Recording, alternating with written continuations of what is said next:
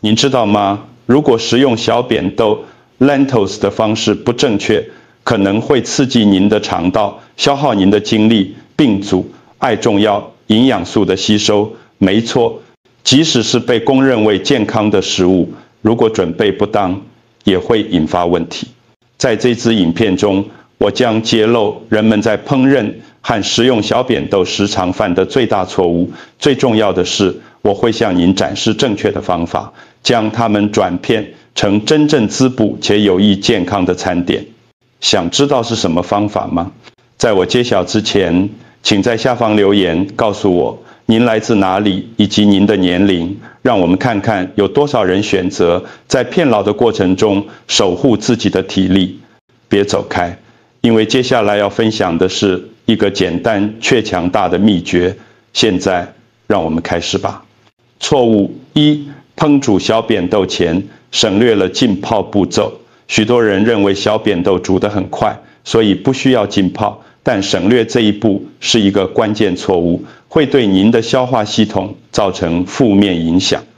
小扁豆和其他豆类一样，富含单宁酸 tannins 和植酸 phytates 等抗营养素，这些物质会干扰钙、铁和锌等矿物质的吸收。它们还含有某些碳水化合物，特别是寡糖，人体很难消化这些成分，经常会导致胀气、放屁和胃部不适。如果您直接烹煮前造的小扁豆，这些化合物会保持活性，不仅让消化变得困难，还会限制营养价值。有些人认为延长烹煮时间可以解决这个问题，但单靠加热并不能完全去除这些抗营养素，必须先经过浸泡。理想情况下，小扁豆应该在水中浸泡8到12小时，并在水中加入少许柠檬汁或1汤匙苹果醋，这样可以分解有害化合物，并活化有益的酵素，提高营养素的吸收率。烹煮前务必彻底冲洗干净。这个简单的做法能让小扁豆对胃的负担变轻，减少胀气，并帮助您的身体更有效率地吸收其珍贵的营养。错误2：没有将小扁豆与富含维生素 C 的食物一起食用。小扁豆是铁质的绝佳来源，但许多人不知道它们含有的是非血基质铁 non-heme iron， 这个种铁质较难被人体吸收。如果您吃小扁豆时没有搭配富含维生素 C 的食物，您可能会错失大部分的铁质。这对于患有贫血的人、孕妇或素食者来说尤其重要。研究显示，同时摄取维生素 C 和非血基质铁可以将吸收率提高达3倍。但如果没有这个总搭配，很大一部分的铁质将无法被人体利用。为了获得完整的益处，必须将小扁豆与富含维生素 C 的食材结合，例如甜椒、柠檬汁、番茄，或搭配柑橘类水果。在您的豆汤雕上集一点柠檬汁，或配上一份番茄沙拉，效果就会大不相同。这些简单的添加物可以大幅提升餐点的营养价值。此外，明智的做法是避免在饭后立即喝咖啡或茶，因为它们含有会进一步阻碍铁质吸收的化合物。如果您经常感到疲倦、脸色苍白或指甲易断，这个小小的调整可能会对您的铁质水平和精力产生显著的改善。错误3：反复加热小扁豆。一次煮一大锅小扁豆供1周食用，似乎很聪明，但不断重新加热同一锅食物可能会悄悄损害您的健康。每次重新加热小扁豆，特别是如果它们在室温下放置太久，某些耐热细菌可能会滋生，增加消化不良的风险。更重要的是，像维生素 B 群和抗氧化剂这类关键营养素会随着每次加热而降解，这意味着餐点的营养会越来越少。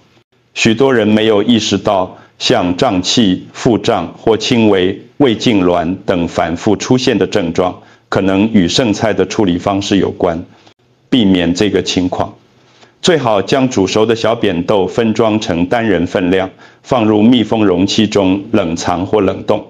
这样您只需加热您需要的部分，有助于保留营养并减少细菌污染的风险。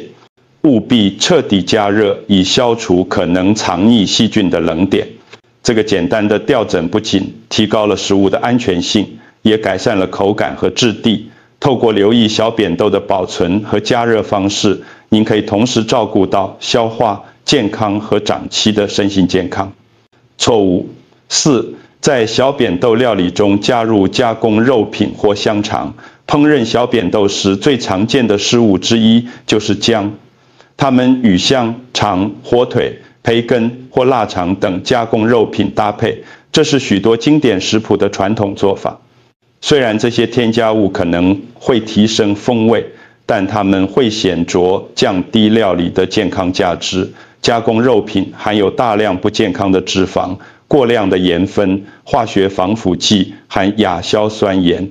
这些成分都与心脏病、高血压和某些癌症，特别是大肠直肠癌的高风险有关。这会让原本富含纤维的植物性蛋白营养餐迅速转变成一种会引起发炎且适得其反的食物。为了保持餐点的健康，请将这些肉类替换成更好的蛋白质来源，例如水煮蛋、切片、烤豆腐、去皮鸡胸肉或一把葵花籽、碎杏仁等坚果种子。你也可以加入炒过的蔬菜来增添天然风味，如甜椒、焦糖、洋葱、菠菜或红萝卜丝，制作出一道丰盛且营养的菜肴。这些小小的替换对您的长期健康，尤其是心脏健康，有很大的影响。小扁豆本身是一种极好的食物，但关键在于您选择用什么来搭配烹煮，别让不健康的添加物抵消了它们强大的益处。错误5，使用市售酱料或调味块。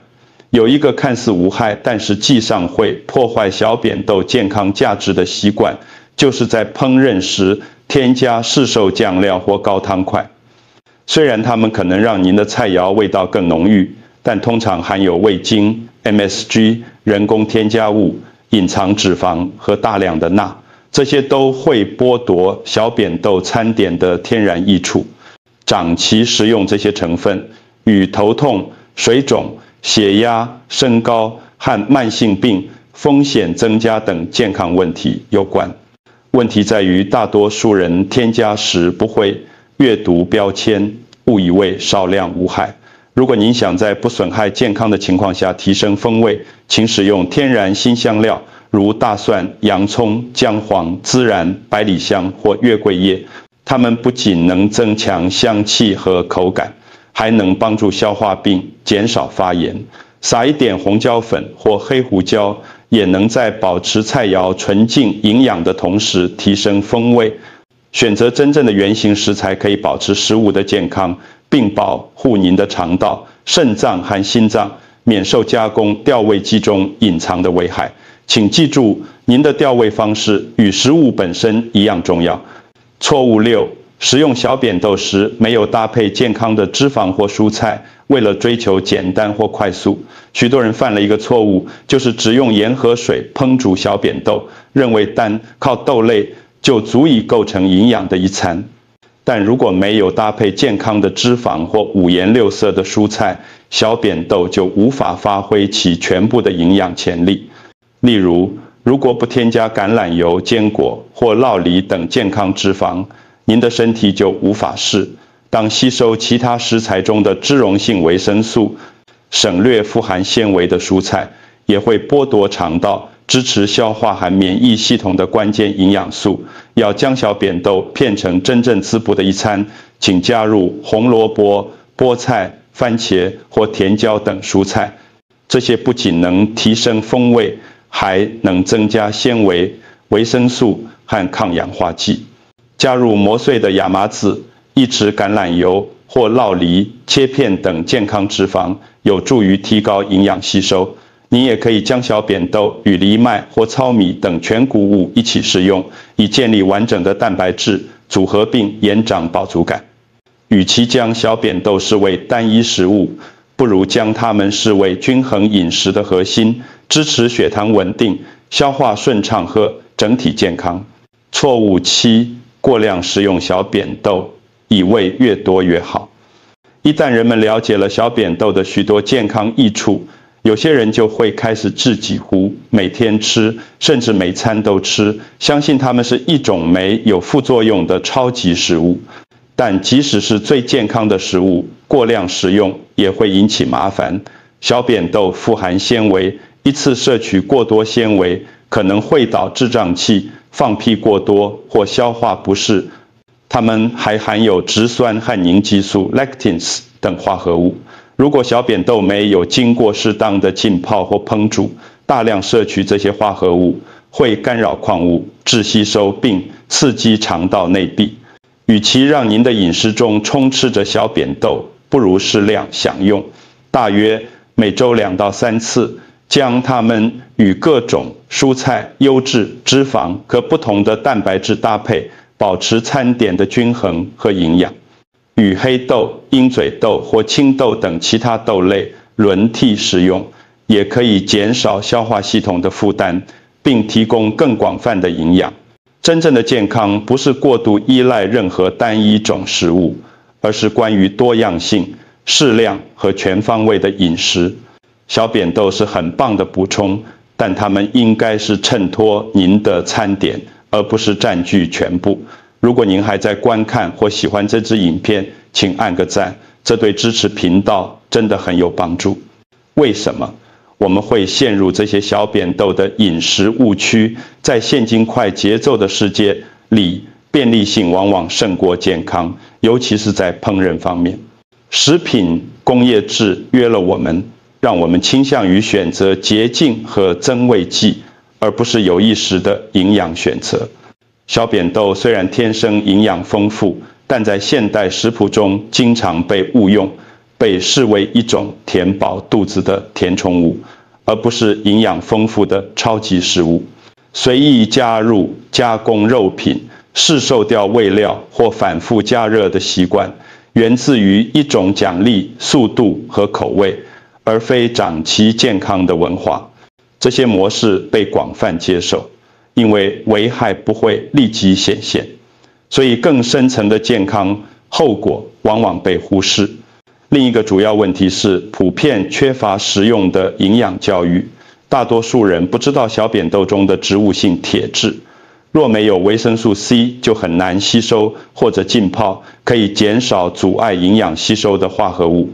这不是因为懒惰，而是我们在食物教育上的缺失。学校、媒体甚至医生经常忽略基础的营养指导，让人们依赖潮流或道听途说，结果像过量食用小扁豆、准备方式错误或与不健康食材搭配等错误，变成了代代相传的习惯。文化规范也扮演了重要角色。在许多家庭中，习惯将小扁豆与香肠、油炸配菜或吊味块一起烹调，这不是出于疏忽，而是传统。人们通常不会停下来质疑这些组合是否真的支持他们的健康。同样地，有些人认为每天吃小扁豆就能保证饮食均衡，却没有意识到，即使是好东西，吃太多也会给身体带来负担。这些失误并非孤立发生，它们是错误资讯、习惯和社会制约大循环的一部分。好消息是，认清这些错误的根源，是有意识的饮食并给予身体真正所需营养的第一步。如何正确食用小扁豆，要真正释放小扁豆的全部营养潜力，一切都始于许多人倾向省略的一个步骤：正确浸泡。让小扁豆浸泡至少8小时，最好是在温水中加入少许柠檬汁或苹果醋，这会产生巨大的差异。这个简单的准备工作可以分解植酸和单宁酸等化合物，否则这些化合物会阻碍身体吸收钙、锌和铁等重要矿物，质，这也会软化小扁豆，使其更容易消化，较不容易引起胀气或不适。许多归咎于小扁豆的消化问题，实际上源于准备工作不当，而非豆类本身。透过多做这一步，您就能为自己准备一顿更容易消化且营养丰富的餐点。浸泡后烹煮小扁豆的方式同样重要，加入天然香料如孜然、姜、大蒜、姜黄或月桂叶，既能提升风味，又有益肠道健康。这些食材有助于缓解消化并减少气体产生，特别是对于胃部敏感的人。大蒜含姜黄在烹饪过程中与小扁豆结合，特别能带来抗发炎和抗氧化的益处。另一方面，请远离现成的调味块、鸡茸调味料或市售酱料，这些通常含有有害的添加物、人工增味剂和大量的盐会，抵消小扁豆提供的健康益处。使用完整的原型食材烹饪可能需要多一点时间，但它能确保您的餐点是在疗愈，而非伤害您的身体。为了提升身体吸收小扁豆中植物性铁质的能力，必须搭配富含维生素 C 的食物，像新鲜柠檬汁、切碎的番茄、红甜椒、芭乐或柑橘类、配菜、沙拉等食材，可以显著提高铁质的吸收率。这对于缺铁或需求量增加的人，如育龄妇女尤为重要。除了维生素 C， 添加健康脂肪来源，如酪梨切片，淋上一点特级初榨橄榄油或一把种子坚果，可以支持蔬菜中脂溶性维生素的吸收。这也能增加饱足感，让菜肴整体更均衡。一顿营养的小扁豆餐点，理想上应包含植物蛋白、五颜六色的蔬菜和优质脂肪的组合。但这不仅关乎食材，也关乎小扁豆如何融入您的整体饮食习惯，避免将它们作为每天大量食用的主食，并避免食用微波炉或多次加热，因为那会降低营养价值。试著透过制作冷拌小扁豆沙拉、丰盛的炖菜，或用真正的原型食材自制汤品来片化您的餐点，而不是选择包装或预煮的版本。目标是回归正念烹饪，遵从浸泡方法、天然香料和聪明的食物搭配。仅仅知道小扁豆很健康是不够的，您需要以能事放弃全部潜力的方式来准备和食用它们。您最喜欢怎么煮小扁豆？下次会想尝试这些想法吗？欢迎在评论区分享您的想法。那些看似健康却可能适得其反的习惯，预煮好的罐装小扁豆。罐装小扁豆通常看起来是个聪明且节省时间的选择，准备快速、耐储存，甚至标榜天然或有机。但在表面之下，这些便利的选择可能隐藏着健康风险。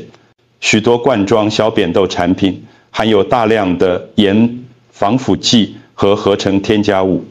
事实上，仅一罐可能就含有超过您每日建议钠摄取量的一半。长期规律食用可能会导致血压升高、水肿并加重肾脏负担。最重要的是，制造商通常使用劣质油品和乳化剂，这可能会破坏肠道健康。当人们经常依赖罐装小扁豆，误以为它们和现煮的一样健康时，问题就更严重了。但工业加工会改变营养品质，包装材料通常含有双酚、ABPA 等化合物，长期下来会影响荷尔蒙平衡。为了获得小扁豆提供的全部健康益处，最好自己准备。自制小扁豆让您可以透过浸泡去除抗营养素，添加天然调味料，并完全控制您摄取的成分。谈到真正的营养，没有什么能取代在自家厨房新鲜烹煮。只搭配米饭是不够的，常见到小扁豆配饭一起吃，并认为这是一顿完整的营养餐。虽然豆类和谷物的结合确实提供了互补的氨基酸，以形成完整的蛋白质，但单靠小扁豆和白饭会让这道菜缺乏关键营养素。如果没有添加蔬菜或健康脂肪，这种组合就错失了提供纤维、抗氧化剂和必需维生素的机会，而这些都能支持消化病，帮助身体吸收矿物质。此外，白饭中的精致碳水化合物，如果没有其他食物平衡，会导致血糖飙升。另一个单又是饮食的单一性，反复食用相同的小扁豆配饭组合会限制您的营养多样性，同时给人一种吃得健康的错觉。更好的方法是加入各种颜色的蔬菜，如菠菜、红萝卜、甜椒、红洋葱或制瓜，增加口感和宝贵的微量营养素。添加特级初榨橄榄油或几片酪梨等健康脂肪，可进一步提升营养吸收和饱足感。这样，您就能将一道平淡的菜摇片成完整、全方位的餐点，真正支持您的健康，而不是缺少关键元素、重复的主食。使用所谓的健康高汤块或汤粉。许多人在烹饪小扁豆时，会使用标榜低脂或清淡的高汤粉或汤块，认为自己做出了更聪明、更健康的选择。但这些加工调味品通常隐藏着大量的钠、味精、MSGL、麩酸钠和合成化学物质，长期下来会害您的肠道健康并增加发炎。即使是那些标榜天然或家常风味的产品，通常也充满了身体不需要的防腐剂和人工增味剂。最大的问题之一是这些产品如何训练您的味蕾去渴望那种人工风味，使得您更难欣赏新鲜、真实食材的味道。在许多厨房里，这些汤块被用来掩盖劣质食材，如口感不佳的蔬菜或剩肉，因为强烈的味道会掩盖底下的东西。这种走捷径的方法违背了专注于新鲜原型食材的纯净营养烹饪原则。更好的替代方案是在家使用简单的食材，如洋葱、大蒜、芹菜、红萝卜和月桂叶，制作自己的蔬菜高汤。您可以冷冻分装，随时取用。这样，您既能增添真正的风味，又不牺牲健康或餐点的品质。每天依赖小扁豆而不轮替其他豆类。虽然小扁豆是营养价值极高的食物，但每天食用会限制身体所需的多样性和平衡。每种豆类，如鹰嘴豆、红腰豆、绿豆或青豆，都提供其独特的营养组合、纤维、类型和植化素。只吃小扁豆意味着错过了其他豆类提供的广泛健康益处。此外，每天食用相同的食物，有时会导致食物敏感或消化不适，特别是如果准备方法没有片化或优化。日复一日以相同形式食用小扁豆，也可能导致味觉疲劳，这可能会又使您添加重口味的酱汁、过咸的调味料或不健康的配菜来保持趣味。更好的方法是在一周内轮替食用不同的豆类，并探索新的烹饪方式。无论是做成汤、谷物碗、自制蘸酱或滋补的炖菜，这都能保持餐点的乐趣和营养多样性，同时防止过度接触单一食材。长远来看，多样性是支持肠道健康并实现全方位、令人满意饮食的最佳方式之一。既然您已经意识到这些常见的小扁豆误区现在，正是反思您如何烹饪并将其纳入饮食的好时机。小扁豆具有巨大的营养价值，但如果准备方式错误，使用捷径、加工成分或误导性的健康撇步，它们可能会在不知不觉中阻碍您的健康目标。吃得好不仅仅是选择营养的食物，还涉及带着意图和正确知识明智地使用它。简单的改变，如提前浸泡、搭配五颜六色的蔬菜，以及舍弃市售增味剂，就能显著改善您的身体消化和获益的方式。微小而有意识的选择，确实能累积成更好的精力、消化和长期的健康。感谢收看，如果您觉得这支影片有帮助，别忘了按赞、订阅，并与可能需要的人分享这支影片。您的支持能帮助我们触及更多希望在变老过程中保持强壮和健康的人。请留言告诉我您的年龄以及您从哪里收看。我们很喜欢收到来自我们优秀社群的回馈。下支影片见。